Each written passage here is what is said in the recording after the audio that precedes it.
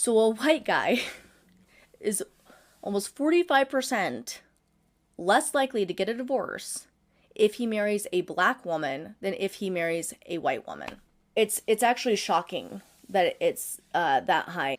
Marriages including a black husband and a white wife were more prone to divorce than those composed of black husbands and black wives. So black men are the best off with black women, and they're the worst off of any racial pairing. So Hispanic and black, white and black, white and Hispanic, Asian and Hispanic, out of all the pairings, a black man and a white woman are the least successful statistically. White women are most likely to have a marriage end in divorce than any other race of women.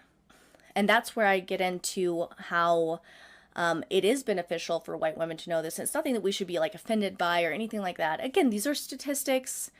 People have lives that go against statistics every day. Now, here's another similarity between white men and black women. Black women make the least amount when they're with a black man. A white man makes the least amount of money when he's with a white woman. So that is kind of unique. Okay, but this is what I really wanted to get into because this is shocking. Of all the pairings, right?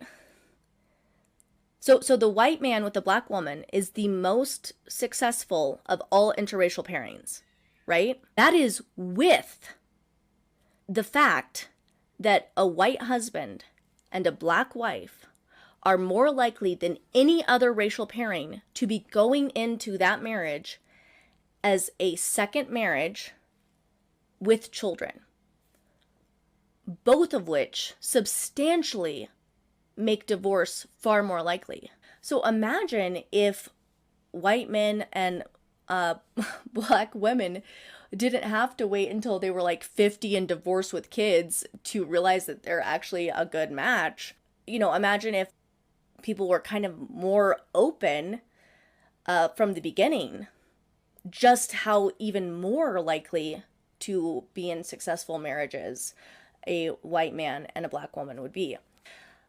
I asked my husband, I was like, how could it be this stark? Like, does it really just boil down to gratitude? And he was like, you know what, Kassie, I think it does. It's like, hey, we're both like the people that get, you know, all the crap from our respective communities. It's relatable. Like, they can kind of relate on that level.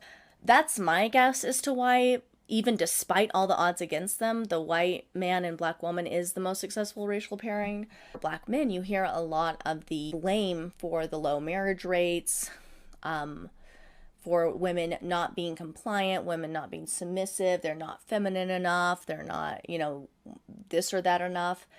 I mean, it turns out that when black women date interracially, they tend to actually be capable of being, you know, good wives and having successful long-term relationships with other races of men, whereas black men can't really say the same. When they're matched with other races of women, they're even less likely to be successful than if they're with black women. And white women and black men are the absolutely least successful of any racial pairing. So these issues going on where black women are the ones most commonly blamed for the breakdown of the black family, white men tend to be most commonly blamed for the breakdown of the white family. And really, most of the statistics and studies and surveys tend to show that it's the exact opposite. Really, you know, the common denominator in these are actually the black man and the white woman.